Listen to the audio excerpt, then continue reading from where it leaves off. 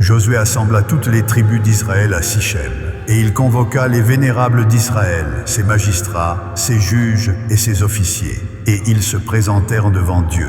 Josué déclara à tout le peuple: Ainsi parle Yahvé, le Dieu d'Israël. Vos ancêtres, Térak, géniteur d'Abraham et géniteur de Nachor, résidaient jadis de l'autre rive du fleuve, et ils servaient d'autres divinités. Je pris votre ancêtre Abraham de l'autre rive du fleuve, et je lui fis parcourir toute la contrée de Canaan. Je multipliai sa postérité, et je lui donnai Isaac. Je donnai à Isaac Jacob et Ésaü, et je donnai en propriété à Ésaü le massif montagneux de Séhir, mais Jacob et ses fils descendirent en Égypte. J'envoyai Moïse et Aaron, et je frappai l'Égypte par les prodiges que j'opérai en son sein. Puis je vous en fis sortir.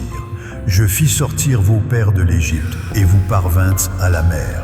Les Égyptiens poursuivirent vos pères jusqu'à la mer Rouge, avec des chars et des cavaliers. Vos pères implorèrent Yahvé.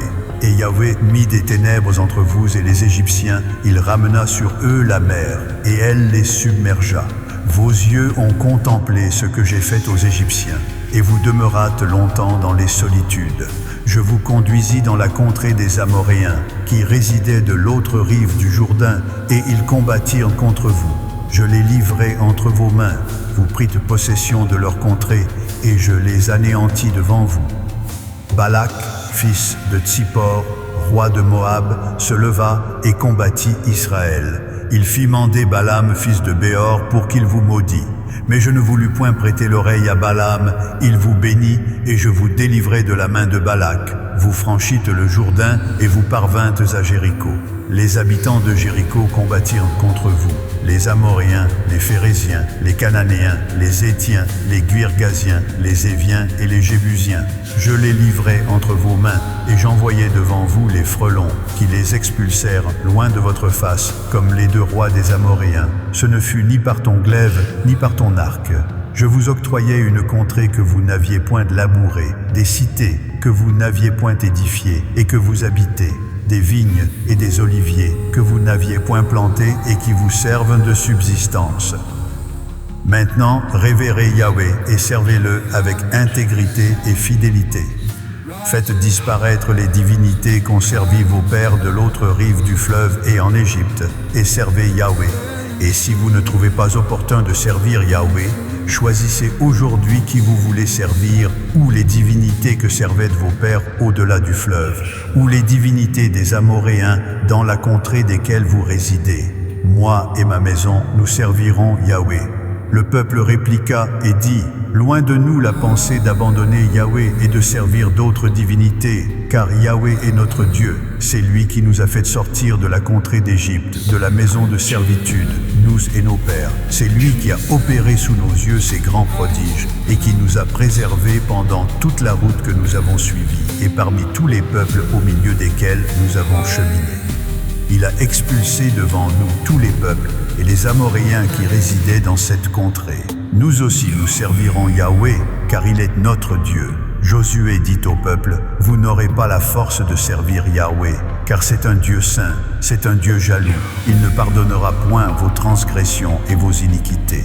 Lorsque vous abandonnerez Yahvé et que vous servirez des divinités étrangères, il reviendra vous faire du mal et il vous consumera après vous avoir fait du bien. Le peuple dit à Josué: Non, car nous servirons Yahvé. Josué dit au peuple: Vous êtes témoins contre vous-même que c'est vous qui avez élu Yahvé pour le servir. Ils répondirent: Nous en sommes témoins. Ôtez donc les divinités étrangères qui sont en votre sein et inclinez votre cœur vers Yahvé, le Dieu d'Israël. Et le peuple dit à Josué: Nous servirons Yahvé, notre Dieu, et nous obtempérerons à sa voix. Josué conclut en ce jour une alliance avec le peuple et lui donna des lois et des ordonnances à Sichem.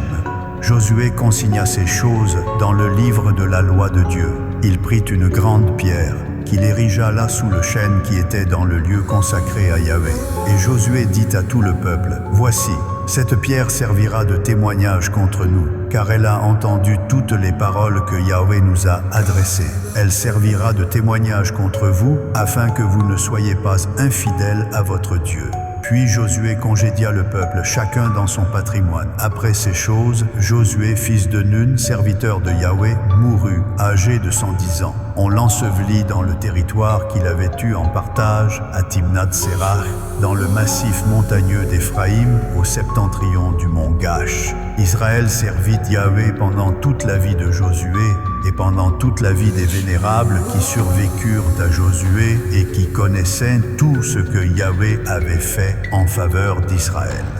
Les ossements de Joseph que les enfants d'Israël avaient rapportés d'Égypte furent inhumés à Sichem, dans la portion du champ que Jacob avait acquise des fils de Hamor, père de Sichem, pour 100 kessita, et qui appartint au patrimoine des fils de Joseph. Éléazar, fils d'Aaron, mourut, et on l'inhuma à Gibéath-Phiné, qui avait été donné à son fils Phiné, dans le massif montagneux d'Éphraïm.